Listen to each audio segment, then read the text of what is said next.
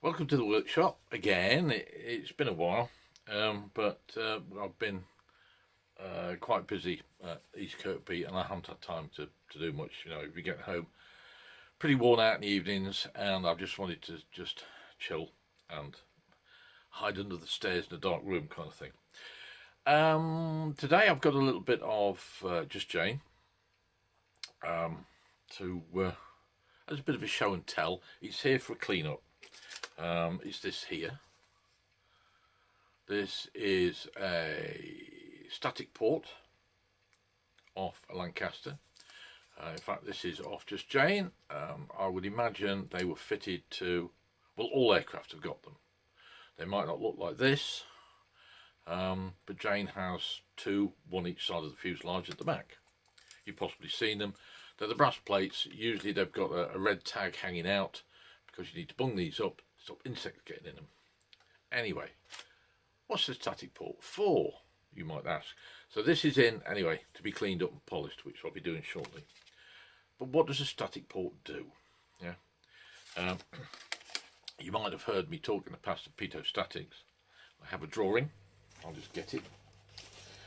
So Pitot is measuring the ram air pressure. Yeah, so your aircraft's shooting forwards, you're measuring the air pressure against the aircraft, and that gives you your indicated airspeed, not ground speed, indicated airspeed.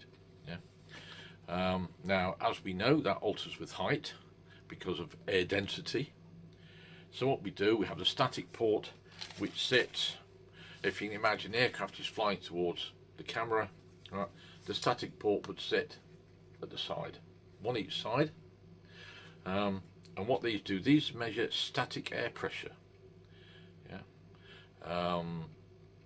Which means what they're looking at is the pressure of the air outside the fuselage, not the ram air pressure, but the general air pressure. Yeah.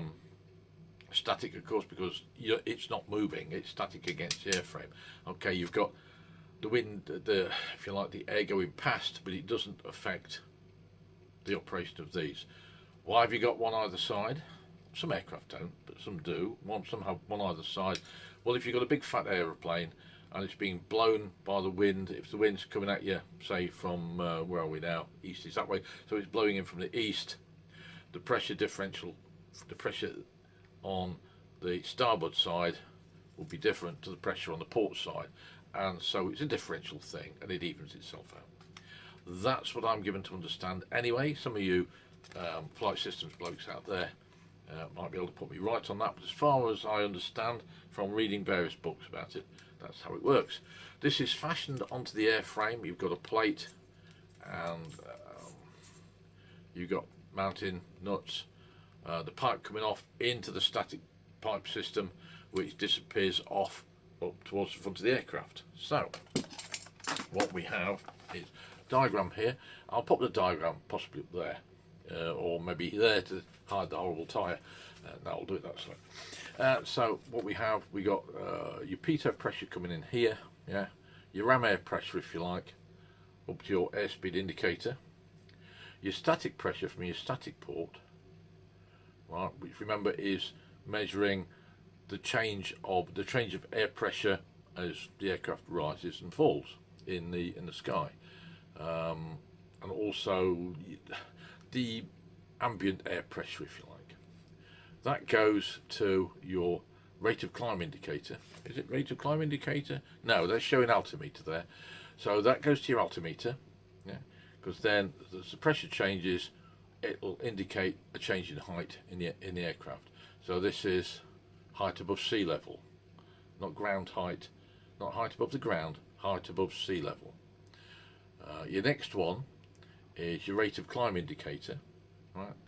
So as you're climbing, yeah, the air pressure is changing. Once you've reached a certain, if you're not climbing, then the air pressure is not changing. Therefore, this will read 0. So this will either read a positive or a negative number, depending on whether you're climbing or diving. You might not realise you're climbing and diving because you might be in cloud, you might become disorientated. You find these on the blind flying panel. Yeah. And then of course you've got your ASI, your airspeed indicator, which needs the static pressure to,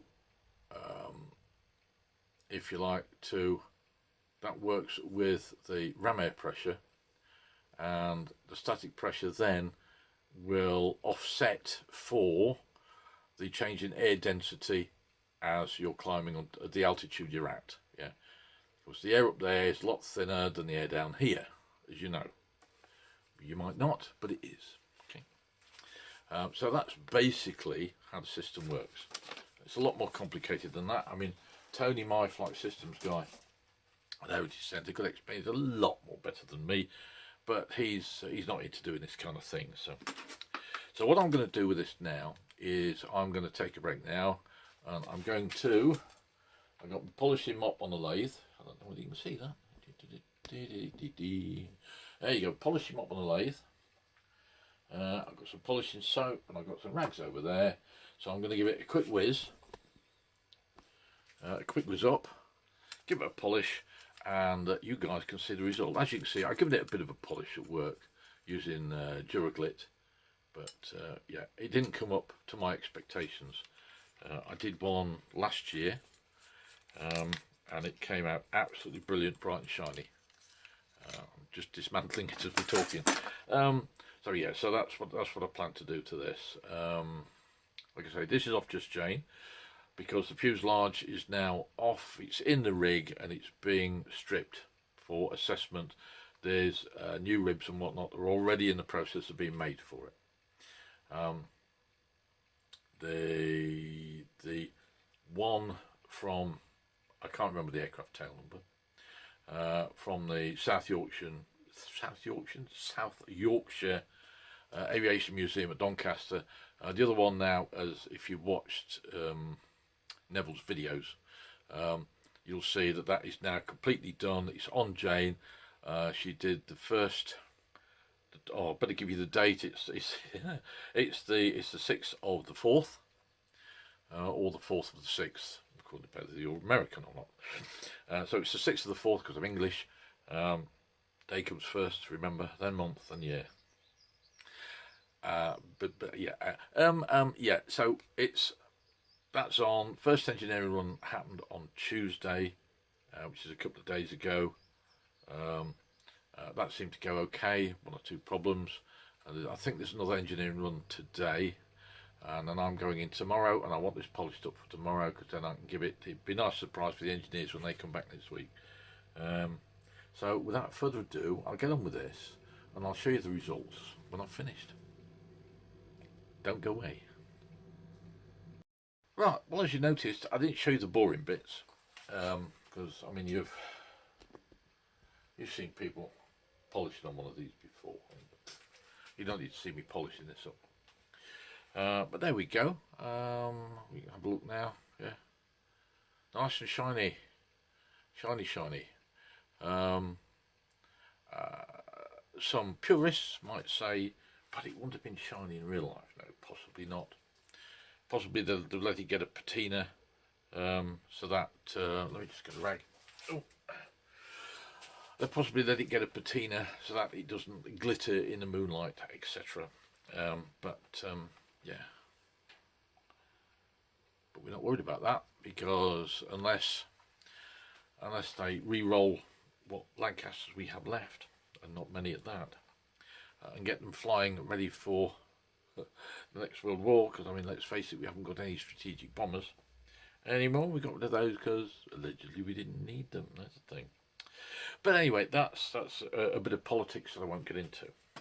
So yeah, so that's this can go back together now. Yeah, so that's hope you found it interesting. Like I say, if you think I've got it a little bit around my ears, let me know. I'm always up for if you think I'm wrong about something, I can have a green label on it now when I go in tomorrow. It is nice and shiny. Look, there's you can see me workbench. Yeah, so yeah, lovely little thing. And it would have gone in the aircraft that way up. Yeah, so that the water doesn't drain in, it drains out when it rains. Handy. Some aircraft don't. Some of them like that. Then it drains down to there's a drain in the static system anyway, and there is in the Pitot system.